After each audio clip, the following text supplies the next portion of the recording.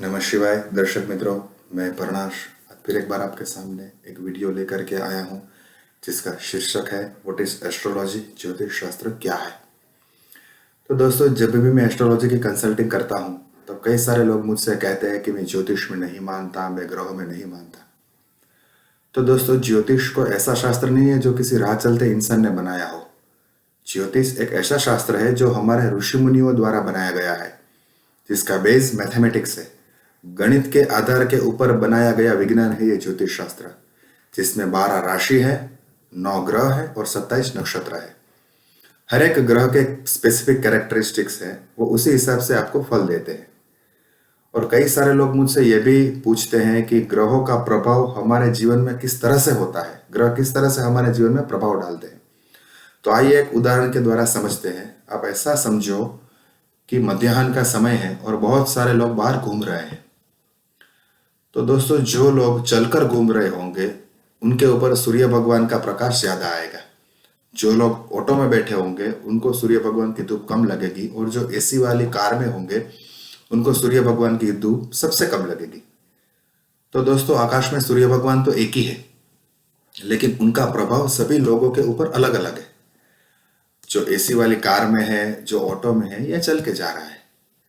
तो दोस्तों, सभी ग्रह आपको आपके जीवन में आपके कर्म के अनुसार फल देते हैं।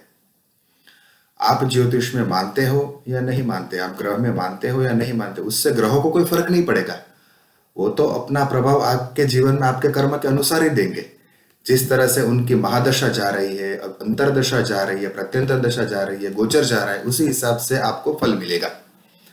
तो दोस्तों, जितना आपका पुण्य कर्म ज्यादा होगा, जितना आपका सात्विक कर्म ज्यादा होगा, उतना ही आपको पॉजिटिव रिजल्ट मिलेगा। ग्रहों को उतना पॉजिटिव रिजल्ट देंगे ग्रह सारे आपको, क्योंकि ग्रहों को दोस्तों कर्म करने का अधिकार नहीं है। ग्रह सिर्फ आपके कर्म को मैनेज करते हैं, आपके कर्म को ऑर्गेनाइज करते हैं।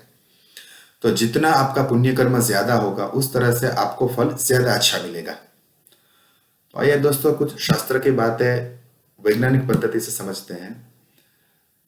शनिदेव जो है वो एक राशि से दूसरी राशि में जाने के लिए 2.25 से 3.25 साल का समय लेते हैं। बीच में वक्री होते हैं, वो सब सही है, लेकिन इतना समय लेते हैं। जबकि चंद्रदेव जो है वो 2.25 दिन में राशि बदल देते हैं। तो शनिदेव को इतना समय क्यों लग रहा है? तो शनिदेव को इतना समय इसलिए लग रहा है क्योंकि शनिदेव जो है वो सूर्यमंडल के सबसे आखिर के प्लानेट है। तो सूर्य भगवान का तेज शनिदेव के ऊपर सबसे कम जाता है, इसलिए उनकी चाल मंद है, शनिदेव की गति मंद है, क्योंकि सूर्य भगवान का तेज वहां पे कम जा रहा है। इसलिए शनिदेव को एक राशि से दूसरी राशि में जाने के लिए 2.25 से 3.25 साल का समय लग रहा है। दूसरा एक विधान है शास्त्र में कि गुरुदेव और बुधदेव आपस में शत्रु ग्रह है। तो दोस्तों, ऐसा शत्रु ग्रह क्यों है? शत्रु ग्रह इसलिए है कि गुरुदेव के पास ज्ञान है और बुधदेव के पास बुद्धि है या तर्क है। तो दोस्तों, जहां पे ज्ञान होगा वहां पे तर्क नहीं होगा, जहां पे तर्क होगा वहां पे ज्ञान नहीं होगा। तो इस तरह से दोनों शत्रु ग्रह हैं। दोस्तों, होता क्या है कि जब हम ज्योतिष के गणित को समझ नहीं पाते, या ग्रहों के गणित को या ग्रहों की चाल को समझ नहीं पाते, तब हम ऐसा कहते हैं कि ऐसा कुछ है ही नहीं। ये हमारी मानसिकता है, ये हमारे मन का स्वभाव है। जब मन कोई चीज समझ नहीं पाता या मन कोई चीज प्रॉपर वे में इंटरप्रेट नहीं कर पाता, तो वो ऐसा कहता है कि ऐसा कुछ है ही नहीं, ये सब गलत है। लेकिन वास्तविकता में ऐसा नहीं है दोस्तों। हर एक शास्त्र सही है, क्योंकि हर एक शास्त्र हमारे ऋषि मुनियों द्वारा बनाया हुआ है, जो हमसे कई ज्यादा समझदार थे, जिनका प्रॉपर कंट्रोल था सभी एनर्जीज के ऊपर, सभी तत्वों के ऊपर। उनके द्वारा बनाया हुआ शास्त्र है। सभी शास्त्र ऋषि मुनियों द्वारा बनाए गए हैं, तो हमारे जीवन में प्रॉपर वे में फल देते हैं। जिस तरह से हमारे कर्म है उस तरह से हमको फल देते हैं। तो आइए दोस्तों, ज्योतिष के कुछ उपाय बताता हूं आपको, जो मेजोरिटी लोग कर सकते हैं। जिनमें से पहला उपाय है सूर्य भगवान को अर्घ देना। सुबह उठ के तांबे के कलश में आपने जल लेना है और उसमें चावल या कुमकुम या हल्दी डाल के आपने सूर्य भगवान को अर्घ देना है। अर्घ देते समय आपने आपका ध्यान आज्ञा चक्र के ऊपर रखना है और मानसिक आपने गायत्री मंत्र का जाप करना है। जैसे ही आप आज्ञा चक्र के ऊपर सूर्य भगवान का ध्यान करेंगे, आपका आज्ञा चक्र शक्ति अर्जित करना शुरू कर देगा। तो ये पहला उपाय है। दूसरा उपाय, आप गाय को चारा खिला सकते हैं। तीसरा उपाय, आप गाय को घी, गुड़ और हल्दी वाली रोटी खिला सकते हैं, या पक्षियों को गेहूं है, चावल है, बाजरी है, ऐसा दाना डाल सकते हैं। ये सारे ज्योतिष के उपाय है जो आप कर सकते हैं, इससे होगा कि आपके जीवन में पुण्य कर्म बढ़ेगा आपके जीवन में सात्विक कर्म बढ़ेगा और आपका जीवन सकारात्मकता की ओर चलना शुरू हो जाएगा। और जो एक उपाय है वो हर कोई कर सकता है, इसके लिए आपको कहीं जाने की भी जरूरत नहीं है। आपने क्या करना है, रात को सोते समय सिंपल घी का दिया जलाना है। आपका जो पूजा घर है या मंदिर है वहां पे आपने सिंपल घी का दिया जलाना है। दिया जलाते समय दिए में इतना घी रखना कि वो दिया कम से कम 2 से 2.5 घंटा तक चले।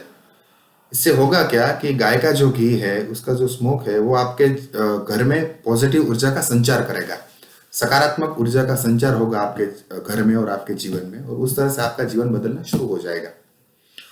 और दोस्तों एक और उपाय है, आप माता पिता की सेवा कर सकते हैं, माता पिता के चरण स्पर्श कर सकते हैं। जैसे आप माता पिता के चरण स्पर्श करते हैं वो सूर्यदेव और चंद्रदेव आपको अच्छा फल देना शुरू कर देंगे, क्योंकि पिता सूर्य है, माता चंद्र है।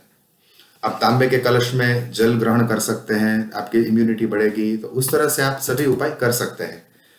और दोस्तों प्रिडिक्शन की अलग अलग मेथड्स होती है। फॉर एग्जाम्पल वैदिक ज्योतिष है, प्रश्न कुंडली है, नक्षत्र पद्धति है या नाड़ी ज्योतिष है। अलग अलग पद्धति से जन्माक्षर या कुंडली का विश्लेषण होता है और उनका प्रिडिक्शन किया जाता है। लेकिन प्रिडिक्शन की पद्धति अलग अलग होती है, इसका मतलब यह नहीं कि एंड रिजल्ट या प्रिडिक्शन बदल जाएगा। प्रिडिक्शन हर एक पद्धति में एक सा ही होता है, हर एक का प्रिडिक्शन सही होगा, क्योंकि मैंने पहले भी कहा कि यह शास्त्र हमारे ऋषि मुनियों द्वारा बनाया हुआ है। हम समझ नहीं पाते, यह चीज अलग है, लेकिन वो हमारे जीवन में पूरी तरीके से काम करता है। जितना भी हमारा पुण्य कर्म या सात्विक कर्म ज्यादा होगा उतना ही हमारा जीवन सकारात्मकता की ओर बढ़ेगा। इसलिए लोग कहते हैं कि कर्म करो, फल की चिंता मत करो, लेकिन मैं ये कहता हूं कि पुण्य कर्म करो, सात्विक कर्म करो, इससे आपके जीवन में सकारात्मकता आएगी। नमः शिवाय दर्शक मित्रों, आशा करता हूं कि ये वीडियो आपके ज्ञान में वृद्धि करेगा। नमः शिवाय।